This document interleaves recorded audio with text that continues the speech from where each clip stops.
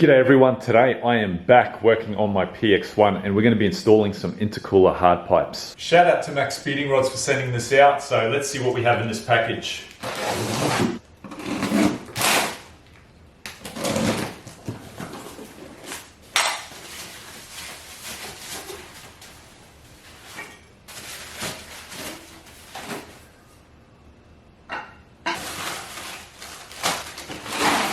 As you can see here, we have two shiny, looks like powder coated intercooler pipes.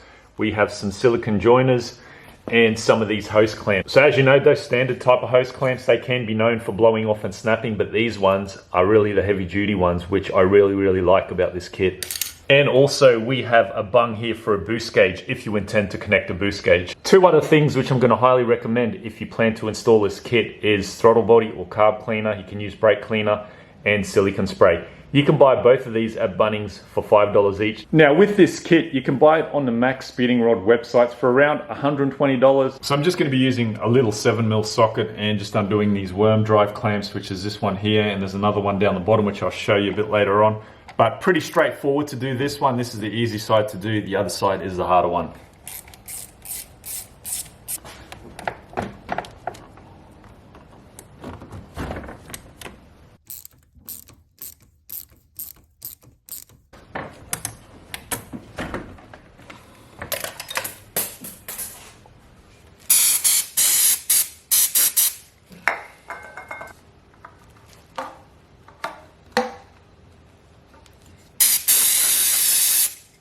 Now with the intercooler hose clamps, they do have numbering on them.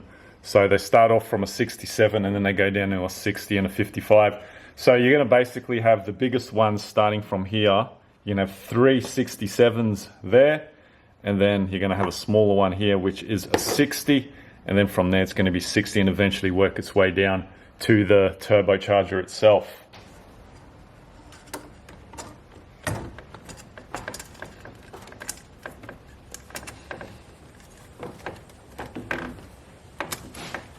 So I am pretty much ready just to start tightening down those hose clamps. So over here, I'm probably gonna have to move this out of the way, which is just two 8mm bolts, so I can get my ratchet down there and tighten those ones up.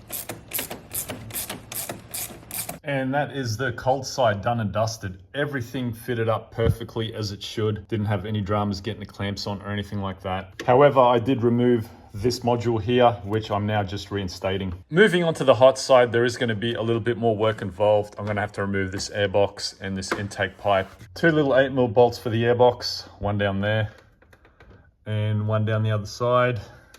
And all you do is just pull this clip off for the airflow sensor and undo this little worm clamp, and the airbox should come straight out.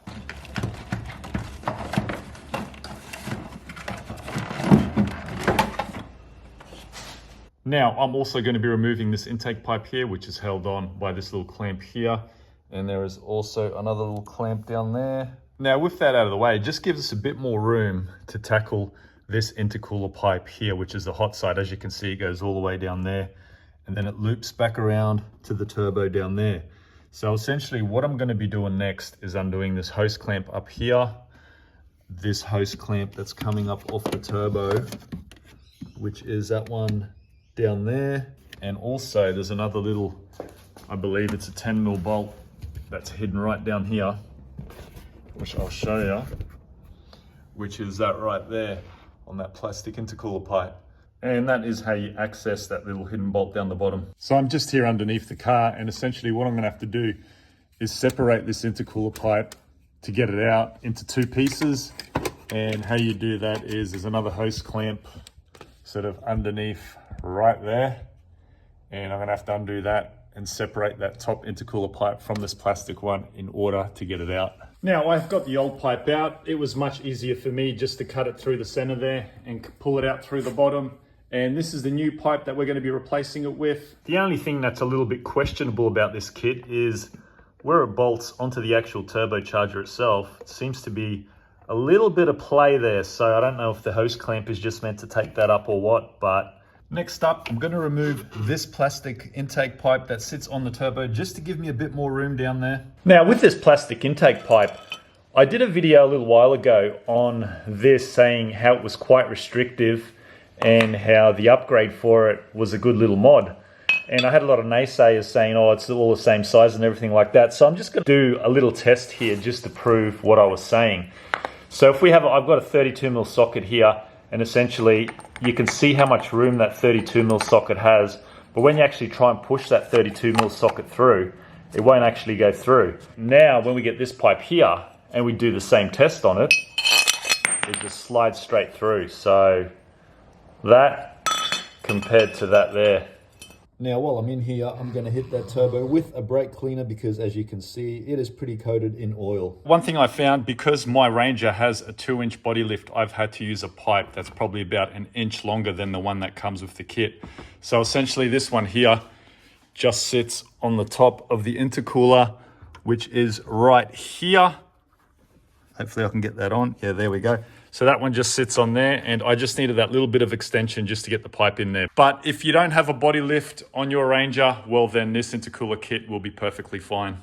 So I've got all the intercooler piping now on, and all the hose clamps are fully tightened up. So those hose clamps are a bit of a pain to get on just because of the access. I have the aftermarket intake pipe on now, so pretty much just ready for the airbox and the plastic intake pipe, and we're pretty much done.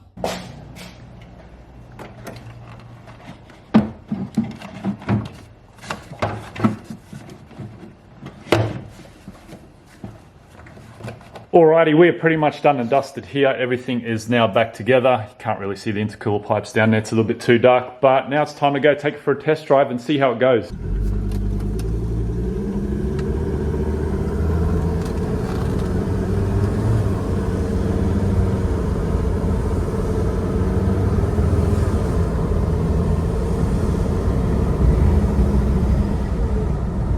I've just come back from the test run and the intercooler piping is all good. Didn't have anything pop off or anything like that, which is pretty good to know. So my final thoughts on the steel intercooler piping.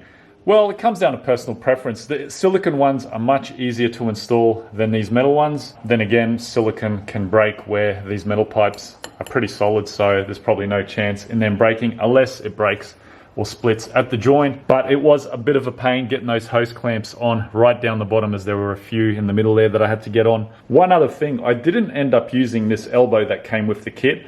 I had another elbow in my parts box that was a much tighter fit around a turbocharger, so I ended up going with that. The one that I used was off a 2.2 litre turbocharger, so they're a slightly smaller turbo, but it seemed to fit onto the turbo pretty good, so I ended up using that one instead of this one. However, the kit fitted up pretty good. In saying that, thanks for tuning in, and I'll see you guys on the next one.